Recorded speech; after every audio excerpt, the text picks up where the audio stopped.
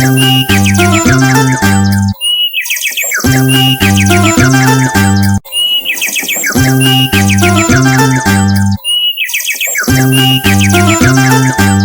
ಅರೆ ತಮ್ಮ, ಓಂ ಶಾಂತಿ. ತಮ್ಮ, ಇವತ್ತು ಬಾಬಾ ನೆನಪಿನ ಯಾತ್ರೆಯನ್ನ ಮಾಡೋದಕ್ಕೆ ಎಂದು ಸುಸ್ತಾಗ್ಬಾರ್ದು ಅಂತ ಹೇಳ್ತಾ ಇದ್ದಾರೆ. ದೇಹಾಭಿಮಾನದ ಬಿರುಗಾಳಿ ಸುಸ್ತು ಮಾಡುತ್ತಂತೆ. ಆ ಕಾರಣ ತಮ್ಮ ದೇಹಿ ಅಭಿಮಾನಿಯಾಗಿರ್ಬೇಕು. ಆಗ ಸುಸ್ತನ್ನೋದು ದೂರ ಹೊರಟೋಗುತ್ತಂತೆ ಕಣೋ. ನಾವ್ ಯಾವುದೇ ಕಾರ್ಯವನ್ನ ಮಾಡ್ತೀವಿ ಅಂತ ಹೇಳಿದಾಗ ನಿಮಿತ್ತದಿಂದಲೇ ಮಾಡ್ಬೇಕು. ಅದರ ಸುಖವನ್ನ ಅನುಭವಿಸ್ತಾ ಹೋಗ್ಬೇಕು. ನಾಚಿಕೆಯನ್ನ ಪಡಬಾರ್ದು. ಅಂದ್ರೆ ದೇಹಿ ಅಭಿಮಾನಿ ಆಗ್ಬೇಕು ಅಂತ ಬಾಬಾ ಏನ್ ಹೇಳ್ತಾರಲ್ಲ, ನಾವು ನಂಬಿರೋರು ಯಾರು? ಶುಭಾಬಾ. ಅವರು ಸಮಯಕ್ಕೆ ತಕ್ಕ ಹಾಗೆ, ಪರಿಸ್ಥಿತಿಯ ತಕ್ಕ ಹಾಗೆ ಶಕ್ತಿಯನ್ನ ತುಂಬ್ತಾ ಹೋಗ್ತಾರೆ ಅನ್ನೋ ಒಂದು ನಂಬಿಕೆ, ನಿಶ್ಚಯ ಅನ್ನೋದು ದೃಢ ಇರ್ಬೇಕು ತಮ್ಮ. ಅರೆ ಅರೆ ಅಣ್ಣ, ಓಂ ಶಾಂತಿ. ಅಣ್ಣ, ಬಾಬಾ ಹೇಳ್ತಾ ಇದ್ದಾರೆ, ಒಂದು ವೇಳೆ ಯಾರೆಲ್ಲಾದರೂ ಮುನಿಸಿಕೊಳ್ಳುವ ಸಂಸ್ಕಾರ ಇರುತ್ತೆ, ತಂದೆಯೊಂದಿಗೆ ಮತ್ತೆ ವಿದ್ಯೆಯೊಂದಿಗೆ ಮುನಿಸ್ಕೊಳ್ತಾರೆ ಅಂದ್ರೆ 21 ಜನ್ಮಗಳ ಅದೃಷ್ಟ ಕೆಟ್ಟೋಗುತ್ತಂತಣ್ಣ.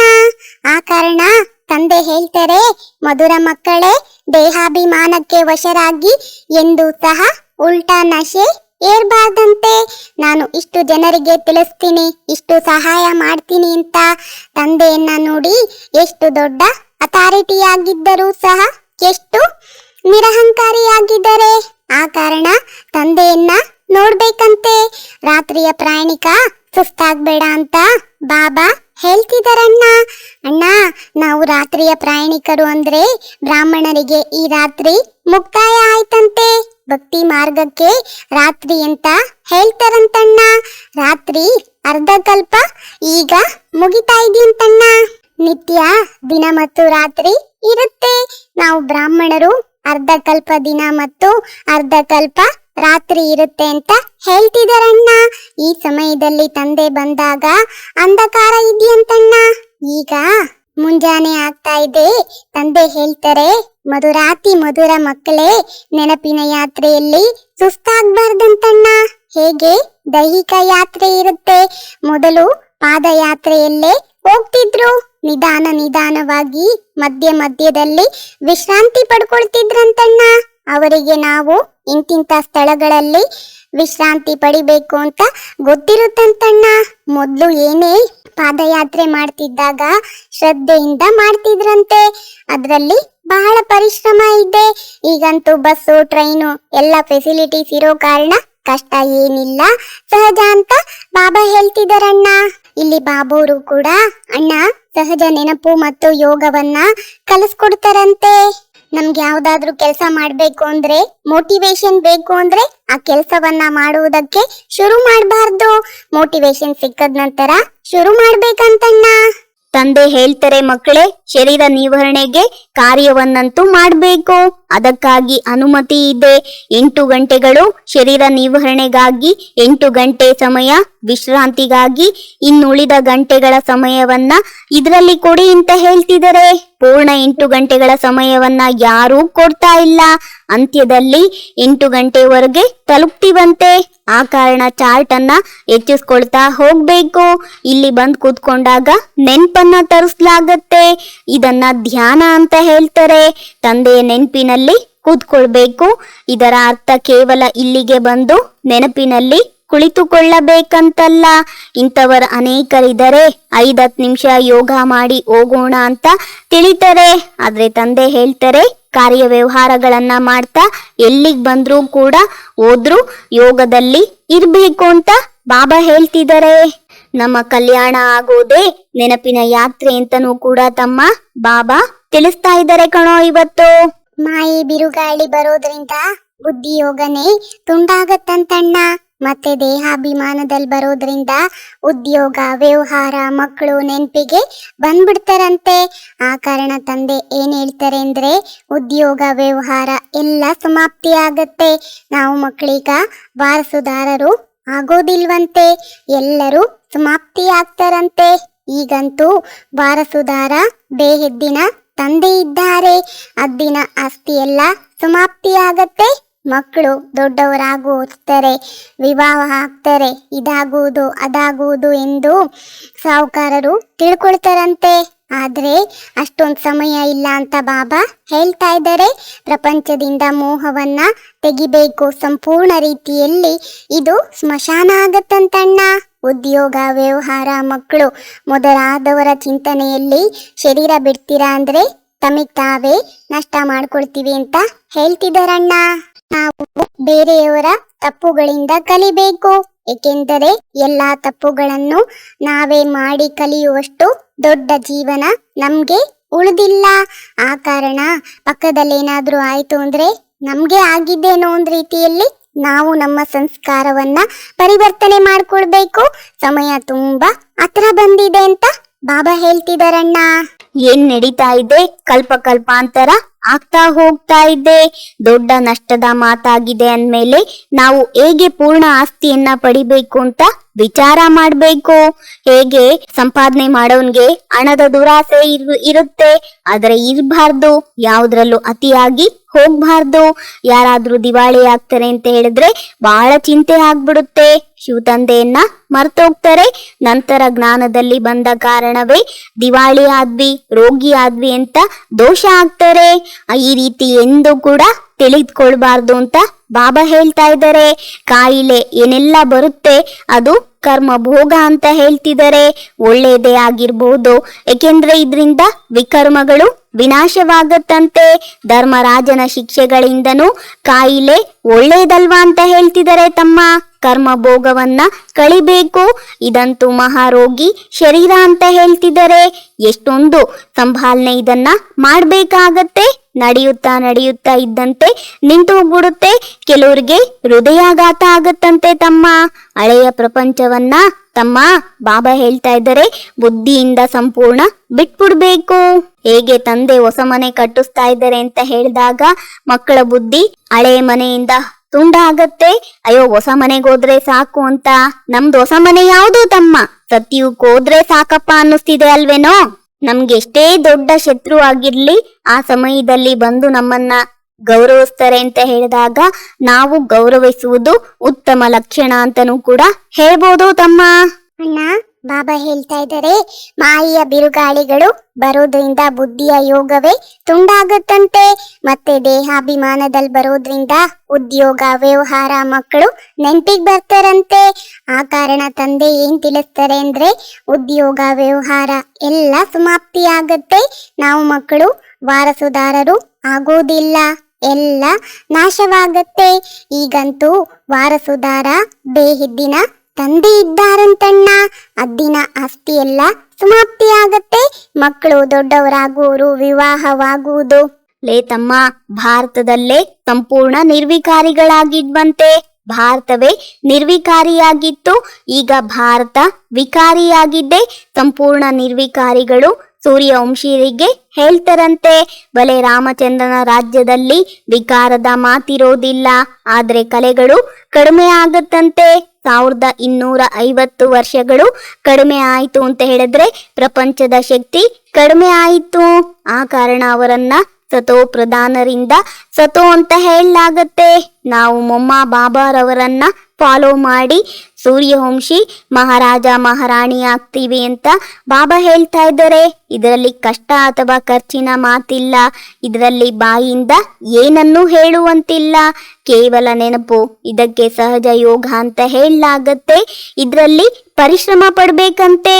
ತಂದೆಯ ಮುಂದೆ ಎಲ್ಲ ಮಹಾರಥಿಗಳಿದ್ದಾರೆ. ಇದರಲ್ಲಿ ಯೋಗ ಪೂರ್ಣ ಇರಬೇಕು, ಆಗ ಬಾಣ ಅನ್ನೋದು ನಾಟುತ್ತೆ. ಯೋಗ ಬಲ ಇದೆ ಅಲ್ವಾ ಅಂತ ಬಾಬಾ ಹೇಳ್ತಿದ್ದಾರೆ ತಮ್ಮ. ಅಣ್ಣ, ಬಾಬಾ ಹೇಳ್ತಾ ಇದ್ದಾರೆ ದೇಹ ಸಹಿತವಾಗಿ ದೇಹದ ಯಾವುದೆಲ್ಲ ಸಂಬಂಧಗಳಿದೆ ಎಲ್ಲವನ್ನ ಮರಿಬೇಕಂತೆ. ತಂದೆಯನ್ನ ನೆನಪು ಮಾಡ್ಬೇಕು. ಈ ಕಣ್ಣುಗಳಿಂದ ಏನೆಲ್ಲ ನೋಡ್ತೀವಿ ಅದನ್ನ ಮರಿಬೇಕು. ಸ್ವರ್ಗದ ರಾಜಧಾನಿಗೋಸ್ಕರ ಅಣ್ಣ ನಾವೆಲ್ಲ ಪುರುಷಾರ್ಥ ಮಾಡ್ತಾ ಇದೀವಂತೆ. ನಮ್ಮ ಬುದ್ಧಿ ಅರ್ಥ ಮಾಡ್ಕೊಂಡಿದೆ. ಜ್ಞಾನದ 3ನೇ ನೇತ್ರವನ್ನ ಬಾಬಾ ತೆರೆದಿದ್ದಾರೆ. ಇದೆಲ್ಲ ಸ್ಮಶಾನವಾಗತ್ತೆ. ಆ ಕಾರಣ ಯಾವುದೇ ದೇಹದಾರಿಯ ಮೇಲೆ ಪ್ರೀತಿ ಇರಬಾರ್ದು. ಈಗಿನ ಕಾಲದಲ್ಲಿ ಮನುಷ್ಯರ ಬಳಿ ಬಹಳ ಹಣವಿರುವ ಕಾರಣ ವಿಕಾರ ಹೆಚ್ಚಾಗ್ಬಿಟ್ಟಿದೆ. ಕಾಮ ವಿಕಾರ ಎಷ್ಟು ತೀಕ್ಷ್ಣವಾಗಿದೆ. ಕಾಮವಿಲ್ಲದೆ ಇರೋದಕ್ಕೆ ಆಗೋದಿಲ್ಲ ಅಂತಾರಂತಣ್ಣ.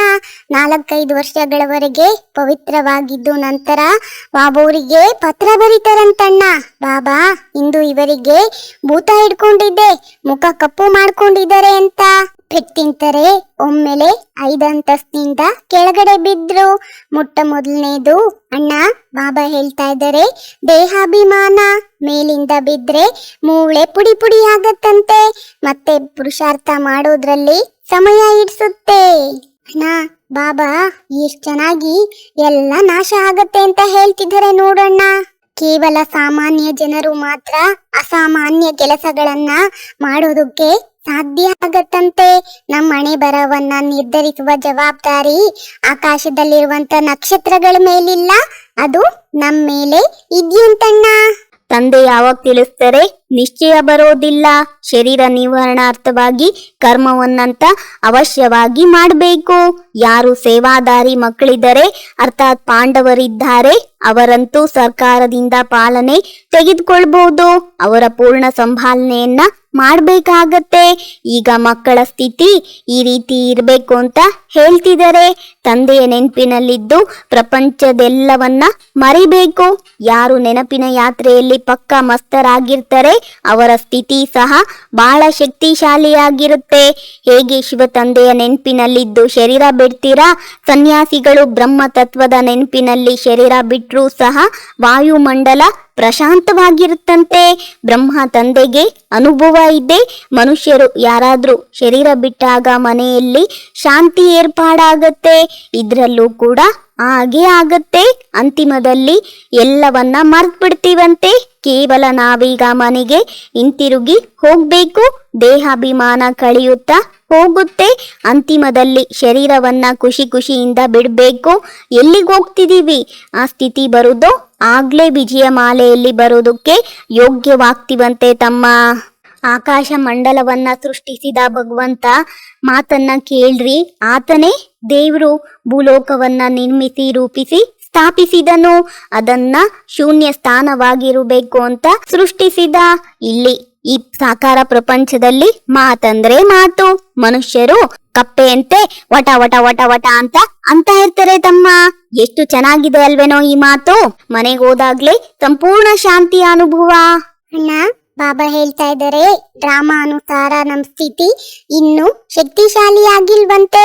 ಮುಂದೆ ಹೋದಂತೆ ಶಕ್ತಿಶಾಲಿ ಆಗ್ತಿವಂತೆ. ನಾವು ಸರ್ಕಾರಕ್ಕೂ ಇದನ್ನೇ ತಿಳಿಸಬಹುದು.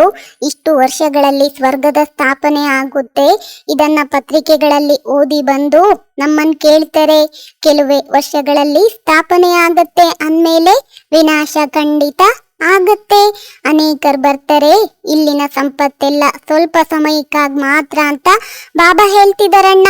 ಆ ಕಾರಣ ಈ ಆಸ್ತಿಯ ಲೆಕ್ಕದಲ್ಲಿ ತಿಳ್ಕೊಳೋದಿಲ್ಲ. ಏಕೆಂದ್ರೆ ನಮಗೆ ಗೊತ್ತಿದೆ ಇದೆಲ್ಲ ಇನ್ನು ಕೆಲವೇ ದಿನಗಳು ಮಾತ್ರ. ಈ ಮನೆ ಇತ್ಯಾದಿಗಳೆಲ್ಲ ಇರುವುದಕ್ಕಾಗಿ ಕಟ್ಟಿಸಲಾಗಿದೆ. ಏಕೆಂದ್ರೆ ಮಧುಬನದಲ್ಲಿ ರಿಫ್ರೆಶ್ ಆಗುವುದಕ್ಕಾಗಿ ಮುಂದೆ ಅನೇಕ ಮಕ್ಕಳು ಬರ್ತಾರಂತೆ. ಮುಖ್ಯ ಕೇಂದ್ರವಂತೂ ಮಧುಬನ ಅಂತಣ್ಣ. ಇವತ್ತೇನ್ ಮಾಡ್ತೀರಾ, ನಾಳೆ ಏನ್ ಮಾಡ್ತೀರಾ? ಇಲ್ಲಿ ತಪಸ್ಸು ಮಾಡ್ತೀವಿ, ನಂತರ ದೆಹಲಿ ಬೃಂದಾವನದಲ್ಲಿ ಹೋಗಿ ರಾಜ್ಯಭಾರ ಮಾಡ್ತೀವಂತಣ್ಣ. ನಮ್ಮ ನೆನ್ಪಾರ್ಥ ಹೇಗ್ ನಿಂತಿದೆ ಅನ್ನೋದನ್ನ ಚೆನ್ನಾಗಿ ತೋರಿಸ್ಬೇಕು ಅಂತ ಬಾಬಾ ಹೇಳ್ತಿದಾರಣ್ಣ. ನಮಗ್ ಸೂರ್ಯನಂತೆ ಮಿಂಚುವ ಆಸೆ ಇತ್ತು ಅಂತ ಹೇಳಿದ್ರೆ ಮೊದಲು ಸೂರ್ಯನಂತೆ ಬೆಳಕು ಶಕ್ತಿಯನ್ನ ಕೊಡಬೇಕು. ಲೈಟ್ ಹೌಸ್ ಮೈಟ್ ಹೌಸ್ ಆಗ್ಬೇಕು. ಏಕೆಂದ್ರೆ ಎಲ್ಲ ಸಮಾಪ್ತಿ ಆಗತ್ತೆ ಅಂತ ಹೇಳಿದಾಗ ನಾನು ಜಗತ್ತಿಗೆ ಬೆಳಕನ್ನ ಕೊಡುವಂತವ್ರು ಆಗ್ಬೇಕು. ಎಷ್ಟ್ ಚೆನ್ನಾಗಿ ಹೇಳ್ತಾರೆ ನೋಡಣ್ಣ. ನಮ್ಮನ್ನ ಹಾಳು ಮಾಡುವಂತ ಶಕ್ತಿ ಯಾರ ಹತ್ರನೂ ಇಲ್ಲ. ನಾವೇ ನಮಗೆ ಹಾಳಾಗ್ತೀವಿ. ಆ ಕಾರಣ ಮೊದಲು ನಾವು ನಮ್ಮನ್ನ ನಂಬಬೇಕು. ಮೊದಲು ನಮ್ಮನ್ನ ನಾವು ಗೆಲ್ಬೇಕು. ಆನಂತರ ಜಗತ್ತು ನಮ್ಮ ಕಾಲ್ ಕೆಳಗಡೆ ಇರುತ್ತೆ. ಎಲ್ಲಿವರೆಗೂ ಇದನ್ನ ಅರ್ಥ ಮಾಡ್ಕೊಳೋದಿಲ್ವಂತಣ್ಣ, ಅಲ್ಲಿವರೆಗೂ ಏನು ಅರ್ಥ ಆಗೋದಿಲ್ವಂತೆ. ಲೇ ತಮ್ಮ, ಡ್ರಾಮಾನುಸಾರ ಬಟ್ಟಿ ಆಗ್ಬೇಕಾಗಿತ್ತಂತೆ. ಪಾಕಿಸ್ತಾನ ಹಿಂದೂಸ್ತಾನ ಆಯ್ತು. ನಮ್ಮ ಬಟ್ಟಿ ಮೊದಲು ಪಾಕಿಸ್ತಾನದಲ್ಲೇ ಆರಂಭ ಆಯ್ತಂತೆ. ನದಿಯನ್ನ ದಾಟ್ ಬಂದ್ವಿ. ಇದೆಲ್ಲ ಶಾಸ್ತ್ರಗಳಲ್ಲಿ ಏನೇನೋ ಬರ್ದಿದ್ದಾರೆ. ಪ್ರತ್ಯಕ್ಷದಲ್ಲಂತೂ ಈಗ ಕೇಳ್ತಾ ಇದ್ದೀವಿ, ಕಲ್ಪದ ನಂತರ ನಾವೇ ಕೇಳ್ತೀವಿ. ಈಗ ತಂದೆ ತಿಳಿಸ್ತಾರೆ, ಕೆಟ್ಟದನ್ನ ಕೇಳಬಾರ್ದು. ಉದ್ಯೋಗ ವ್ಯವಹಾರಗಳನ್ನ ಬಲೆ ಮಾಡಿ ಆದ್ರೆ ಕೆಟ್ಟದನ್ನ ಕೇಳಬಾರ್ದು. ಪ್ರತಿ ಮಾತಿನಲ್ಲಿ ಶ್ರೀಮತವನ್ನ ತಗೊಂಡು ಬಾಬಾ ಈ ಸಮಯದಲ್ಲಿ ನಾವು ಏನ್ ಮಾಡ್ಬೇಕು ಅಂತ ಕೇಳಿದ್ರೆ ತಂದೆ ಎಲ್ಲವನ್ನ ತಿಳಿಸ್ತಾರೆ. ಯಾವುದೇ ಮಾತನ್ನ ಕೇಳಬೇಕಾದ್ರೆ ತಂದೆಯ ಬಳಿ ಬನ್ನಿ. ಯಾಕೆ ಎದುರುಕೊಳ್ತೀರಾ? ಹೆಜ್ಜೆ ಹೆಜ್ಜೆಯಲ್ಲಿ ಕೇಳಬೇಕು. ಶ್ರೀಮತದಂತೆ ನಡೆದ್ರೆ ಹೆಜ್ಜೆ ಹೆಜ್ಜೆಯಲ್ಲಿ ಪದಮದಷ್ಟು ಸಂಪಾದನೆ ಇದೆ. ಯಾವ ಕ್ಷಣ ಪ್ರತಿ ಕ್ಷಣ ಕಳೆಯುತ್ತೋ ಅದರಲ್ಲಿ ಪದಮಗಳಿವೆ ಅಂದಮೇಲೆ ಇಷ್ಟೊಂದು ಸಂಪಾದನೆ ಆಗುತ್ತೆ ಅಂತ ಹೇಳ್ತಿದ್ದಾರೆ. ತಮ್ಮ, ಧಾರಣೆಯಲ್ಲಿ ವಿಜಯಮಾಲೆಯಲ್ಲಿ ಬರಬೇಕು ಅಂದ್ರೆ ಈ ಶರೀರದಿಂದ ಭಿನ್ನವಾಗುವ ಸಂಪೂರ್ಣ ಪುರುಷಾರ್ಥ ಮಾಡ್ಬೇಕಂತೆ. ದೇಹಾಭಿಮಾನವನ್ನ ಬಿಡ್ತಾ ಹೋಗ್ಬೇಕು. ಬುದ್ಧಿಯಿಂದ ಈ ಪ್ರಪಂಚವನ್ನ ಮರಿಬೇಕು. ಅತಿಯಾಗಿ ದನದ ಆಸೆಯಲ್ಲಿ ಹೋಗ್ಬಾರ್ದು. ತಂದೆಯ ನೆನಪಿನ ವಿನಃ ಬೇರೇನು ಚಿಂತನೆ ಇರಬಾರ್ದು. ಎಂದು ತಂದೆಯೊಂದಿಗೆ ಅಥವಾ ವಿದ್ಯೆಯೊಂದಿಗೆ ಮುನಿಸ್ಕೊಳ್ಬಾರ್ದಂತೆ ತಮ್ಮ. ಎಷ್ಟು ಚೆನ್ನಾಗಿ ಬಾಬಾ ಹೇಳ್ತಾರೆ ನೋಡೋ. ಅಣ್ಣ, ಬಾಬಾ ಹೇಳ್ತಾ ಇದ್ದಾರೆ ವಾಪಸ್ ಹಿಂತಿರುಗಿ ಮನೆಗೆ ಹೋಗ್ಬೇಕಂತೆ. ತಂದೆಯನ್ನ ನೆನಪು ಮಾಡಿ ಮತ್ತೆ ಮನೆಯನ್ನ ನೆನಪು ಮಾಡ್ಬೇಕಂತೆ ಅಂತ ತಂದೆ ತಿಳಿಸ್ತಾರೆ. ತಂದೆಯ ನೆನಪಿನಿಂದಲೇ ಆಸ್ತಿ ಸಿಕ್ಕುತ್ತೆ.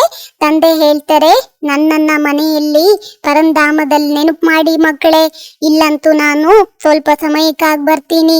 ನಿಮ್ಮ ಬುದ್ಧಿ ಶಾಂತಿಧಾಮದಲ್ಲಿ ತಂದೆಯ ನೆನಪಿನಲ್ಲಿ ಸ್ಥಿರವಾಗಬೇಕು. ಮನೆಯ ಆಸ್ತಿಯನ್ನ ತೆಗೆದುಕೊಳ್ಬೇಕು. ಅದು ಆತ್ಮಗಳ ಮನೆ, ಇದು ಜೀವಾತ್ಮರ ಮನೆ ಅಂತ ಹೇಳ್ತಿದ್ದಾರೆ. ಆ ಕಾರಣ ನಮ್ಮ ಮನೆಯನ್ನ ಮರಿಬಾರ್ದು. ತಂದೆಯನ್ನ ಮರಿಬೇಡಿ. ತಂದೆಯನ್ನ ನೆನಪು ಮಾಡಿದ್ರೆ ಪವಿತ್ರರಾಗಿ ಮನೆಗೆ ಹೋಗ್ತೀವಂತಣ್ಣ. ಅಣ್ಣ, ಬಾಬಾ ಇವತ್ ವರದಾನದಲ್ಲಿ ಪರಿವರ್ತನಾ ಶಕ್ತಿಯ ಮೂಲಕ ಸರ್ವರ ಧನ್ಯವಾದಗಳಿಗೆ ಪಾತ್ರರಾಗುವಂತಹ ವಿಘ್ನಜೀತ್ ಭವ ಅಂತ ಹೇಳ್ತಿದಾರಣ್ಣ. ಒಂದು ವೇಳೆ ತಮ್ಗೆ ಯಾರೇ ಅಪಕಾರ ಮಾಡ್ತಾರೆ ಅಂತ ಹೇಳಿದಾಗ 1 ಸೆಕೆಂಡಿನಲ್ಲಿ ಅಪಕಾರವನ್ನ ಉಪಕಾರದಲ್ಲಿ ಪರಿವರ್ತನೆ ಮಾಡ್ಬೇಕಂತಣ್ಣ. ತಮ್ಮ ಮುಂದೆ ಯಾರಾದ್ರೂ ತಮ್ಮ ಸಂಸ್ಕಾರ ಸ್ವಭಾವದ ರೂಪದಲ್ಲಿ ಪರೀಕ್ಷೆಯಾಗಿ ಬರ್ತಾರೆ ಅಂತ ಹೇಳಿದಾಗ ಒಬ್ಬ ತಂದೆಯ ನೆನಪಿನಿಂದ ಆತ್ಮನ ಪ್ರತಿ ದಯಾಹೃದಯಿ ಶ್ರೇಷ್ಠ ಸಂಸ್ಕಾರ ಸ್ವಭಾವವನ್ನ ಧಾರಣೆ ಮಾಡ್ಕೊಳ್ಬೇಕಂತೆ. ಯಾರಾದ್ರೂ ದೇಹದಾರಿ ದೃಷ್ಟಿಯಿಂದ ತಮ್ಮ ಮುಂದೆ ಬರ್ತಾರೆ ಅಂತ ಹೇಳಿದಾಗ ಅವರ ದೃಷ್ಟಿಯನ್ನ ಆತ್ಮಿಕ ದೃಷ್ಟಿಯಲ್ಲಿ ಬದಲಾಯಿಸಬೇಕು. ಈ ರೀತಿಯಲ್ಲಿ ಪರಿವರ್ತನೆ ಮಾಡುವ ಯುಕ್ತಿಯ ಅಭ್ಯಾಸವಾಯಿತು ಅಂತ ಹೇಳಿದ್ರೆ ವಿಘ್ನಜೀತರು ಆಗ್ತಿವಂತಣ್ಣ. ಅನುಭವಗಳ ಸ್ವರೂಪರಾಗ್ತೀವಿ ಅಂತ ಹೇಳಿದಾಗ ಮುಖಚರ್ಯೆಯಿಂದ ಭಾಗ್ಯದ ಒಳಪು ಅನ್ನೋದು ಕಾಣಿಸುತ್ತಂತಣ್ಣ. ಅಣ್ಣ, ನನಗೊಂದು ಮಾತು ನೆನಪಿಗೆ ಬರ್ತಿದೆ.